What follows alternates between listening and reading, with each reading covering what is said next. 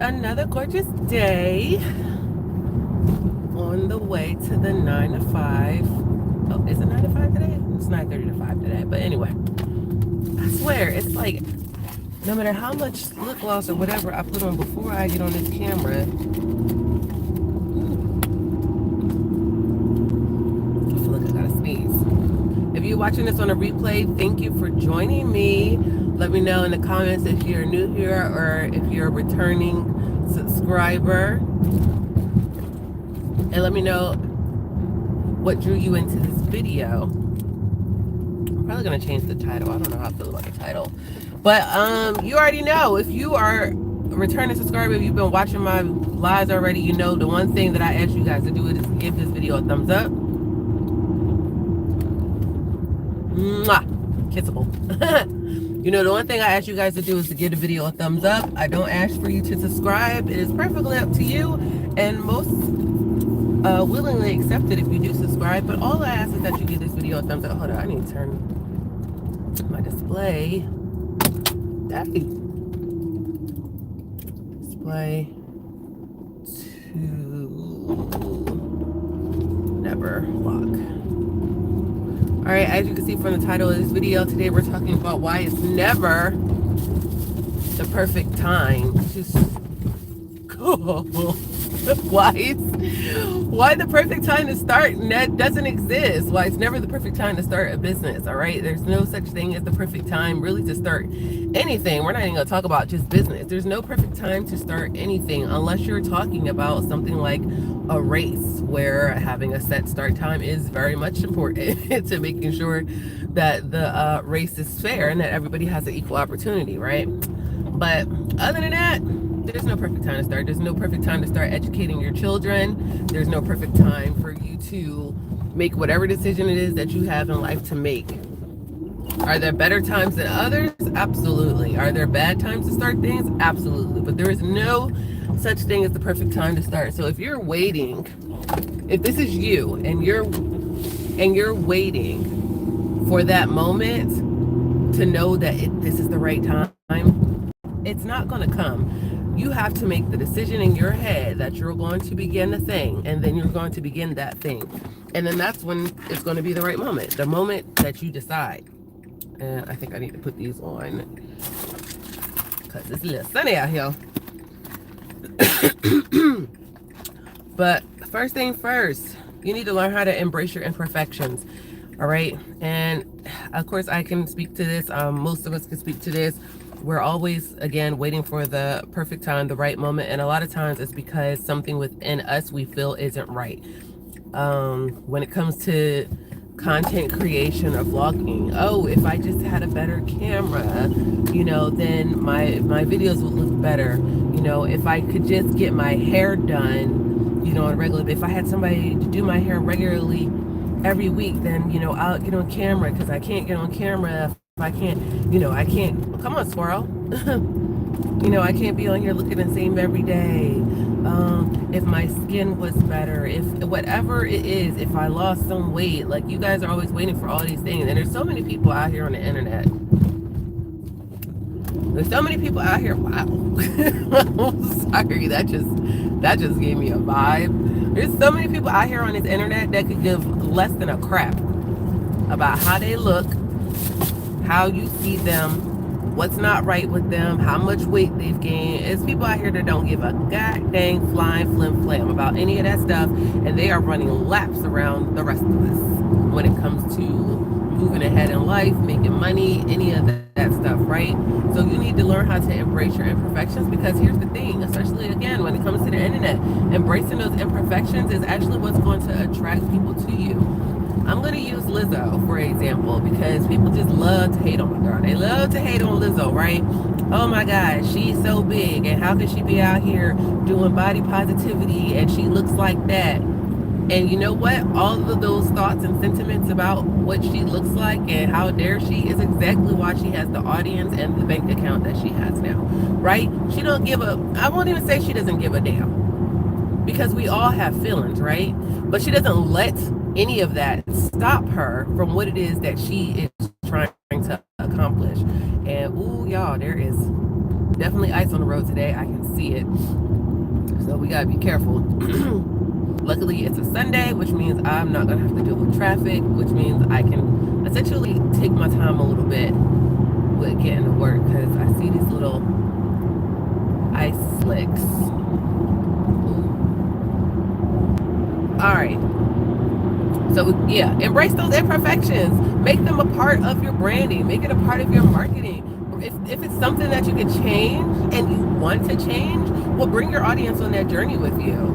Well, now we're talking about content creation, but you know, whatever the imperfection is, use it in your vehicle. All right, whatever it is, use it in your vehicle. And now we are going to focus specifically on content creation and business.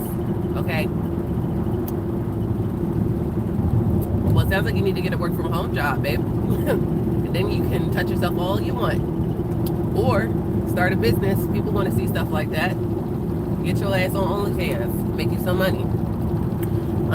Taking action over waiting. Because waiting, obviously, you're just at a standstill. Ain't nothing going to happen while you're just sitting around waiting. You have to take action in order for any of this to even... Oh, God. Okay, I probably should not have gotten in this lane. Yeah. I need to move over. Yeah. Hold on, y'all. Alright, otherwise this video was going to turn into something else. Oh my god, and then I get into the next lane, and with the first thing I go over, an ice slick. Anyway, take action. Take action, take action, take action. I don't even know, I feel like that should be number one. Because by embracing the imperfections, that is essentially taking action when it comes to your mindset of getting to the next step. So I feel like this needs to be number one, taking action over waiting, and then next should come embracing the imperfections, or maybe they go hand in hand. I'm not really sure, but you got to take action. You have to make the decision in your head, and then you have to make the decision physically to do that thing that you know that you want to do, right? Whether it's picking up a phone and recording your first vlog, your first tutorial, your first music video, singing your first song, whatever it is, you have to take the action. Nobody is perfect the first second or 100,000th time they do something. In fact, if you talk to any of our biggest stars out there, hello Beehive community, they're all going to tell you that they're constantly striving for perfection. In their minds, it's never perfect. It's never right. There's always something that they can do to make the thing that they do better, right? And that is just the nature of the world. That's just the nature of our planet. Literally everything in life, every little creature, sentient being, whatever it is on this planet, is always changing, elevating into something. Oh, why are you over there? Are you stopping? Okay.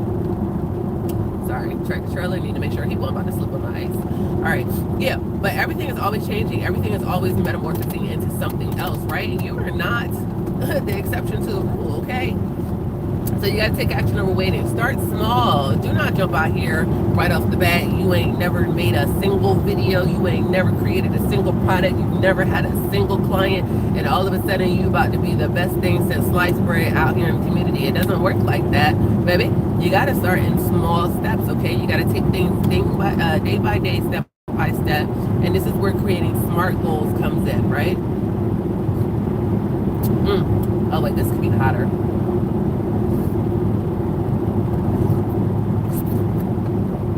This is where creating smart goals comes in, because creating a smart goal strategy is going to allow you to work your way backwards from the ultimate goal, and it's going to allow you to work your way through every little small detail.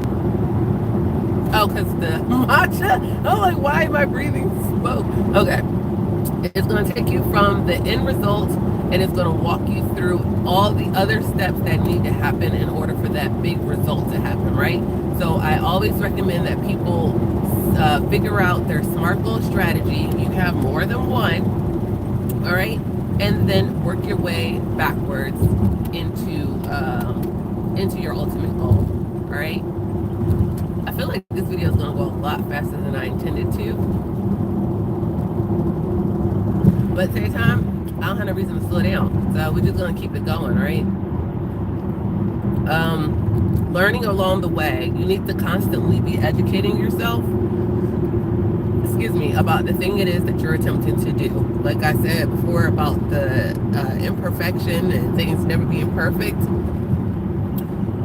there's always room for improvement. Now, there is a such thing as too much improvement, when people just don't know when to stop, to leave a good thing alone. And there's a fine line, trust and believe. There is a fine line. Actually, I just saw a post the other day from, y'all, I'm not even going to sit here and pretend like I know this girl's name, because I really don't. But the big gymnastics girl, the real popular one, what y'all know who I'm talking about. But I just saw a post from her, or a post about her. I didn't look into it to see if it was real or any of that stuff, because honestly I don't care. But the post said that she felt like she would be being greedy if she went back for another Olympic medal, because she's been there, done that, right? She's essentially reached the pinnacle of heights that she feels like for her. Now, are there other athletes that would absolutely say, okay, well, if I got one, I can get two, and if I got two, I can get six, and if I got six, I can get 20? Yeah.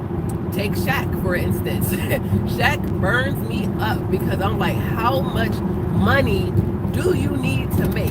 And I actually was having a conversation about it with my girlfriend, and because I was saying I didn't understand why he felt the need to keep acquiring. And this is not just a Shaq thing, this is just the example that I was using because he was the topic of our conversation. But there's like the multi-billionaires of the world, yeah, that's these people, where they just keep buying stuff. And it's like, you don't ever need that much money. You don't ever need to own those many things. Like, what is the purpose? But we're going to use Shaq in this instance, only because this was the topic of our conversation, and she actually gave me a real answer for him. And she was saying that sometimes it's not about the acquisition of the thing or the accomplishing. Well, it's about the accomplishing of the goal, but it's not about the come on, words. It's not about the acquisition of the thing. It's about accomplishing the goal. It's about setting a bar for yourself and then hitting that bar and then moving on to the next thing.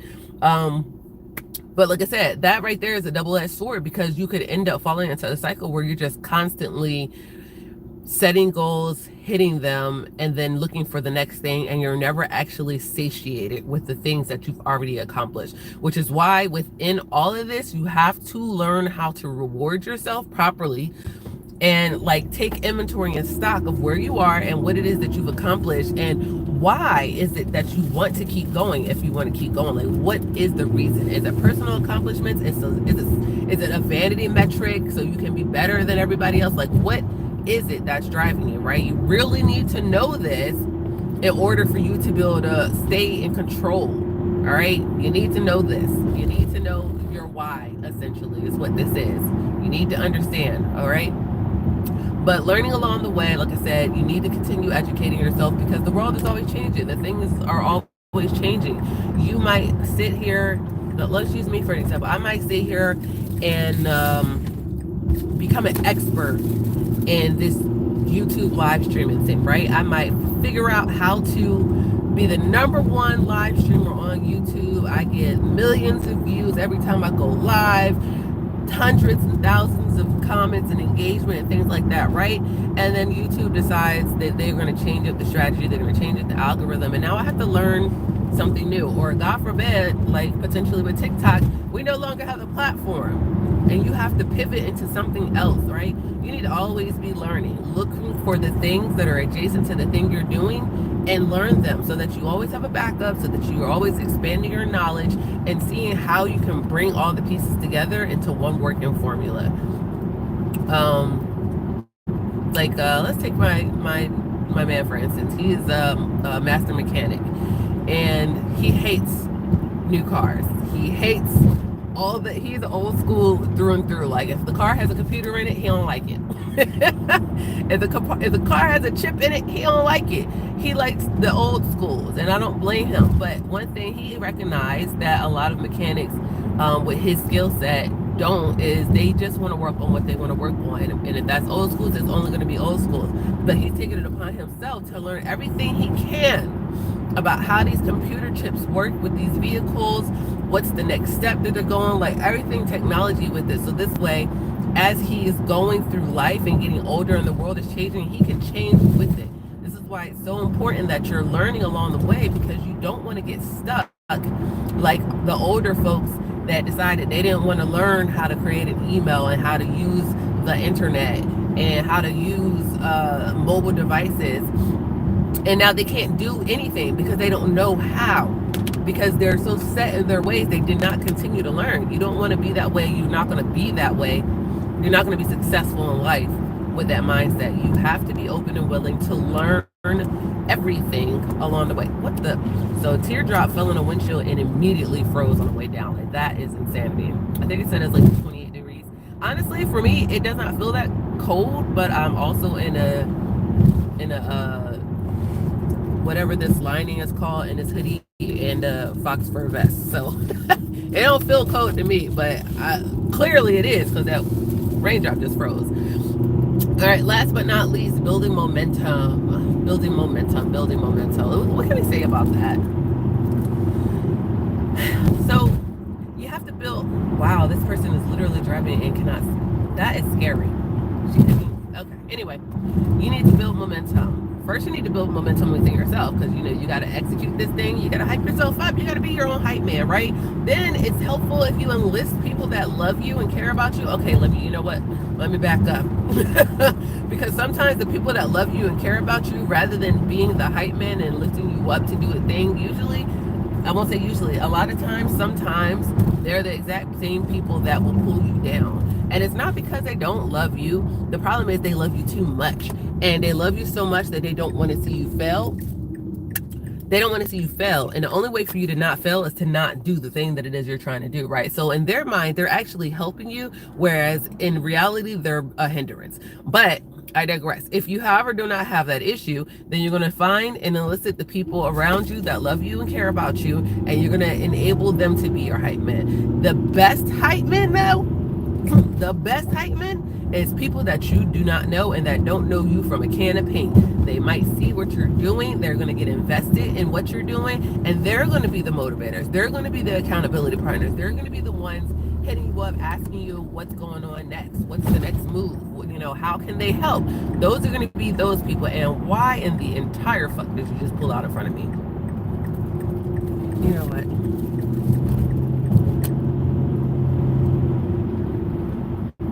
Because last thing you about to do is get the hell in front of me while I'm trying to make this turn. And I knew you was making that turn. No, sir.